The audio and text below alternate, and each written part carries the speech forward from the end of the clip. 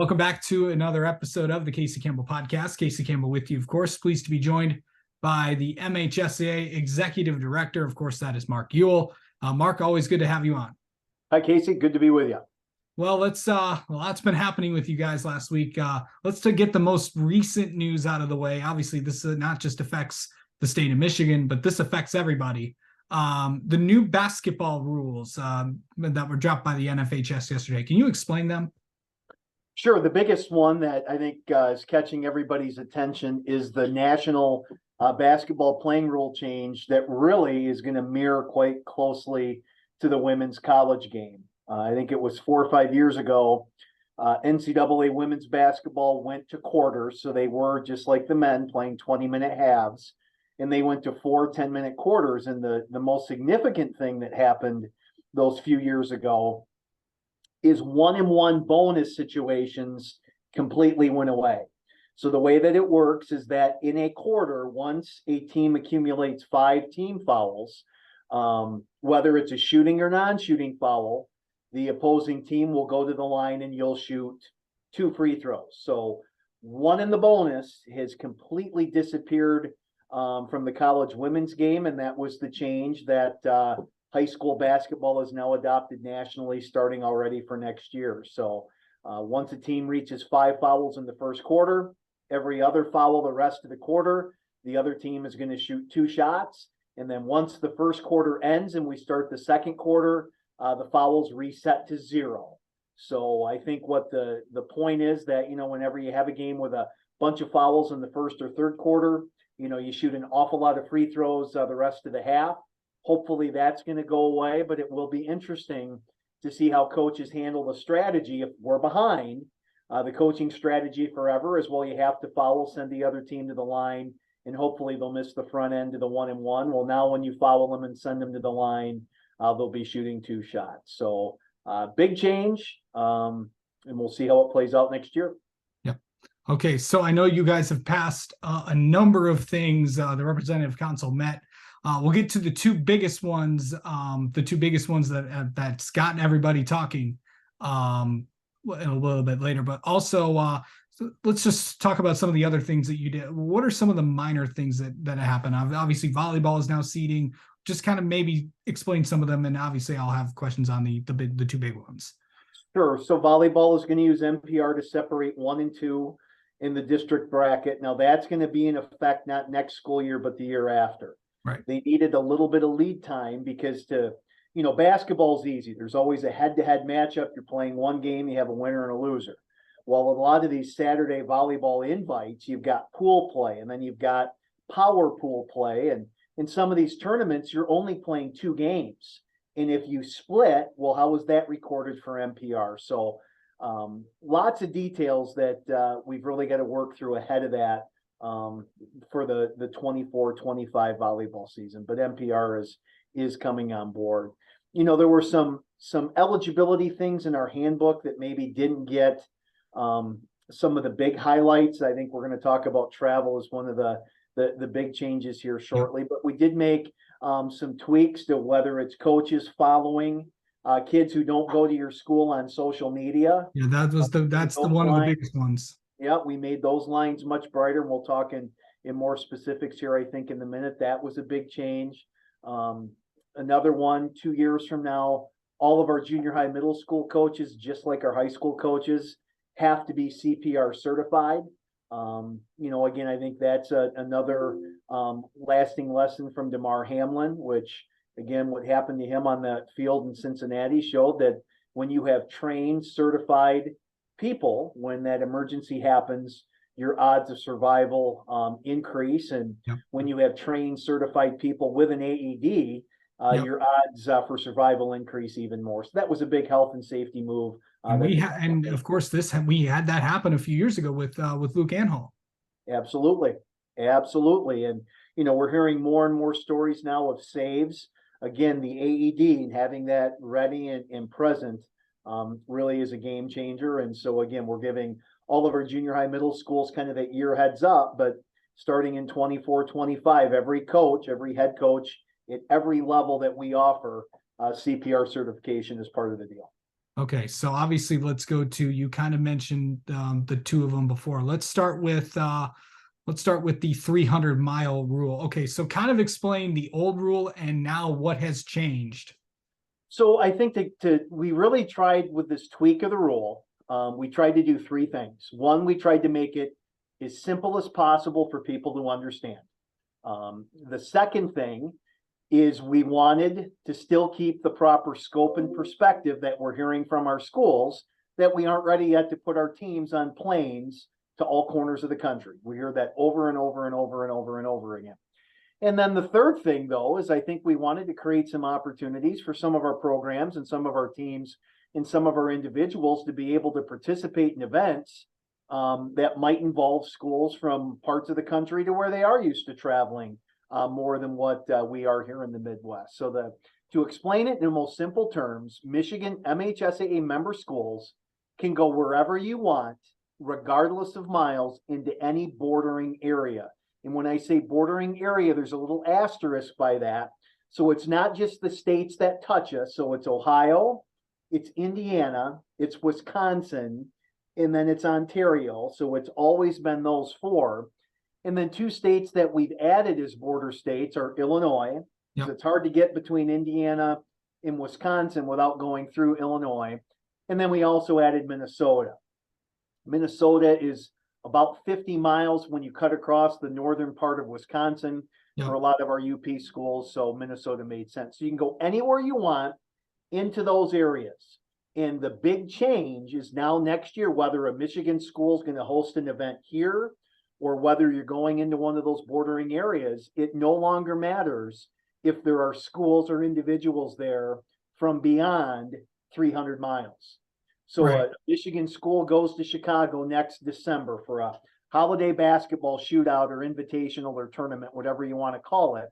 And let's say that there's obviously Illinois schools there, there's Michigan schools there, and whether you play them or not, but there's also a school from California, Texas, and Florida.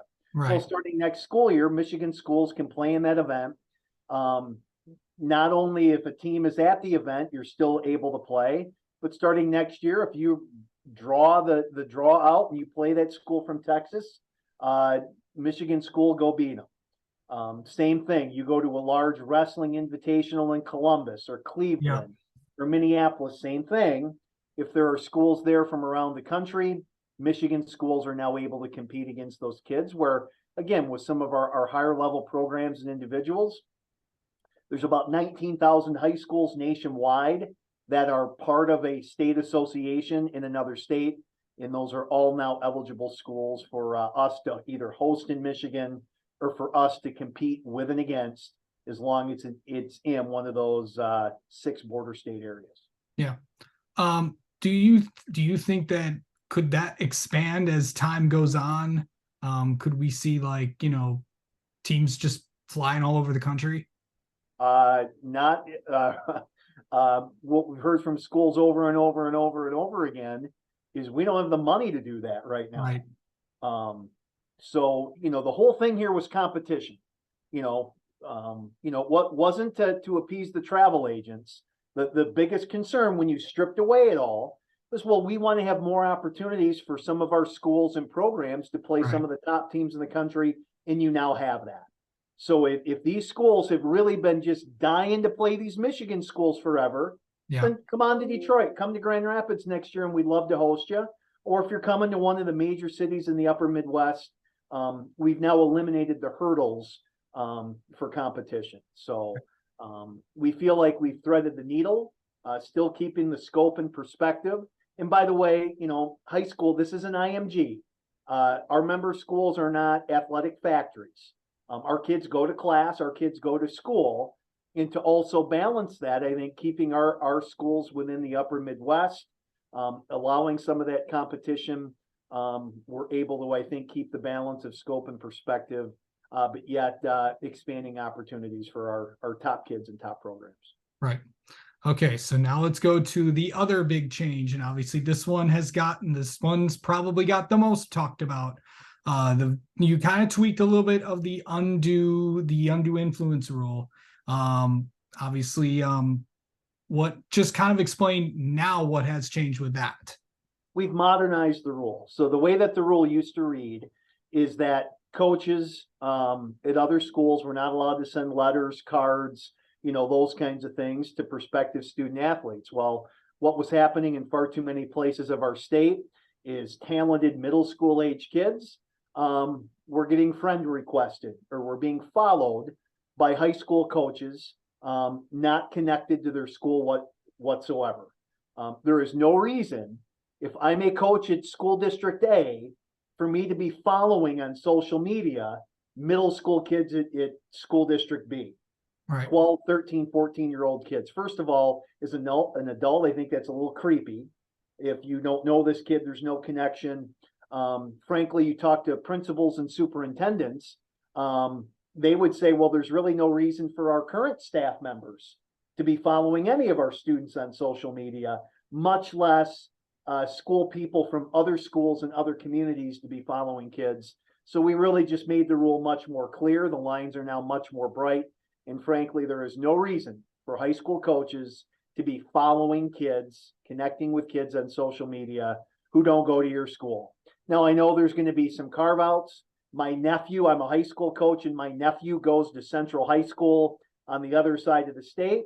Well, there's got to be some common sense here as well. But in general, there is no reason for adults to be following 12, 13, 14, 15-year-old kids who have nothing to do with your school or program on social media.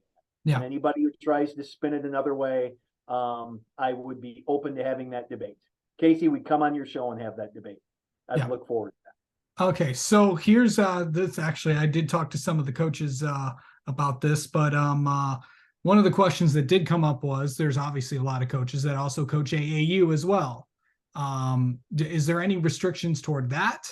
Obviously there's other coaches that, like, if you're a coach at school A and you also coach AAU for basketball and you have other kids there, is that an exemption or no?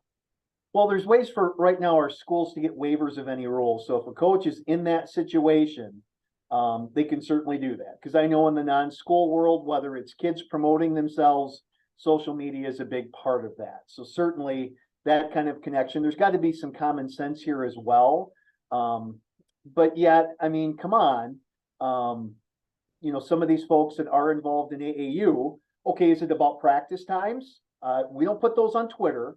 There's usually like a group text chain of, okay, for our AAU team, we're practicing next week at wherever, and here's the time. And I understand that where I see in the AAU world is kids promoting themselves on their social media platforms. I really don't see that as the coach being the one that's out there pushing that whole thing. A lot of these AAU clubs, Casey, isn't Coach Mark Ewell pushing stuff out on Twitter. It's the club's name. The club's got a social media department.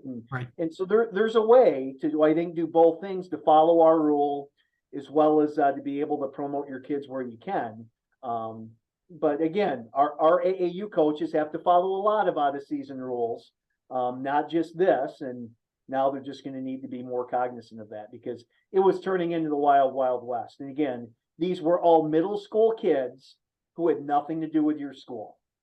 So some of the things that have reached our office, the issue has not been, well, my kid's being followed by his AAU coach. The issue has been, my kid is being followed by the school across town that we have no relationship or connection with. When it comes to, like, obviously this thing would also kind of ties into that, is transfers. What obviously we've seen that's obviously been a topic of conversation and probably one of the reasons why this rule is now put in place. But what about, where are we at in that, and how is that going to be, kids going to other schools, like what we saw happen with Belleville? So I'll just speak generally about that. So the number of overall transfers since we changed the transfer rule to a semester to a sport specific rule, the total of overall transfers is down, and it's down significantly. Because now if a kid is going to change schools without moving, they're out of their sports for a year, that's been a big detriment. So that certainly our membership wanted to slow down the pace of transfers, and we've been able to do that. We are spending a lot more time running down and confirming these full and complete family residential changes to where a family is moving from one district to another. So that's getting a lot more scrutiny than it ever has before. Because of the new transfer rule, I think where you're now seeing some of the recruiting elements and pressure go is at the junior high middle school level, because kids are still eligible wherever they begin as a first-time freshman. And this is the reason why some of that social media traffic had to be addressed by, again, we didn't really change the rule. We simply modernized it, made it much more clear for folks to understand. So, obviously there's pressures at other levels. The NCAA, whatever is left of that organization, has given up on a lot of things, transfer being one of those. Well, here at the high school level, we still believe that kids go to school first for their education, and it's not educationally sound for kids to bounce from school to school to school to school, like what happens right now at the collegiate level, is they're all trying to get the best deal for themselves, whether it's NIL or exposure. Well, that's not how things work at our level. And frankly, our educators in the room believe that kids, once you pick your school as a first-time freshman, that's where you need to stay. That's for your best academic growth, and probably, you listen to Tom Izzo talk, and probably athletically as well, that, if we continue to allow kids just to change whenever they don't think they're playing enough or getting enough touches or getting enough shots, as Coach Izzo has talked about over and over and over again, kids don't learn how to battle through any kind of adversity or challenges. And that's really not what educational athletics are about. Yeah. Do you think that there would ever be what we see in the NCAA come down to the high school level with the transfer portal? I hope not, because like I said, I think that encourages what's the old saying we grew up with? When the going gets tough, the tough get going. And what happens now at the college level is when I get my feelings hurt a little bit, I'm going to go somewhere else. And that's what you see in AAU. Oh, the coach really doesn't like me, or I'm not getting enough minutes, or I'm not getting enough shots. So I bounce from, again, I've got a kid who's right in the middle of that AAU swamp. And you see these kids who bounce from club to club to club to club, looking for their own best situation. I don't think we're doing kids a service by letting them, again, just change schools. Again, it's not just athletically, but it's also academically. The kids who really get ignored in the whole transfer process is the kid who is at the school and gets displaced by the new transfer kid swooping in. That I'm loyal to a program, I'm going to work my way up, I'm going to spend time in the weight room, working in the off season, we get a chance to play as a senior. Well, now if there's, and this is happening, by the way, in every college program in the country, that I'm loyal to the program, I work my way up, I'm going to get a shot to play a little bit as a senior. Well, now 4 kids show up through the transfer portal. So I don't think that's a healthy environment for those kids who are loyal to the program and have done things the right way too. Yeah. Obviously there was a lot of things that did pass, but what did not pass as of note? Like, I know there were a lot of things that were up for debate or up for pass. So the BCAM proposal to seed an entire regional in basketball did not pass. That was that would have been a huge change, and that would have been a giant leap right out of the box. There's some elements of the BCAM proposal that were interesting and intriguing.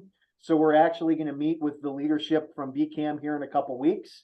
We're going to talk about the elements of their plan that do have a lot of support, and maybe see that over the next year or two, how can we maybe make some of these changes that the basketball coaching community wants to see, but maybe make them a little more incrementally. I think people a lot of times are better with change when it's done in kind of a smaller steps rather than going from 0 to 1,000. And I think that was really the pushback from the basketball proposal. That was probably the biggest one that's gotten the most conversation. Yeah. And of course, we got the spring championships coming up. It's going to be up there another as we close out another season. What do we have on tap? Well, as we sit here today, we have a month and a day. 32 days are left here in the athletic calendar. Spring finishes on June the 17th. Looking out my window, the weather is great today, and hopefully this last month, tennis regionals are beginning this week, and so the spring tournament march is on. Yeah, a lot of excitement at the end of the year. Everybody's outdoors, the weather's good, and really looking forward to a very successful last 32 days of the spring season. Yep. All right. Well, Mark Euell, thank you so much for coming on and talking with us, and we'll talk to you soon. Thanks, Casey.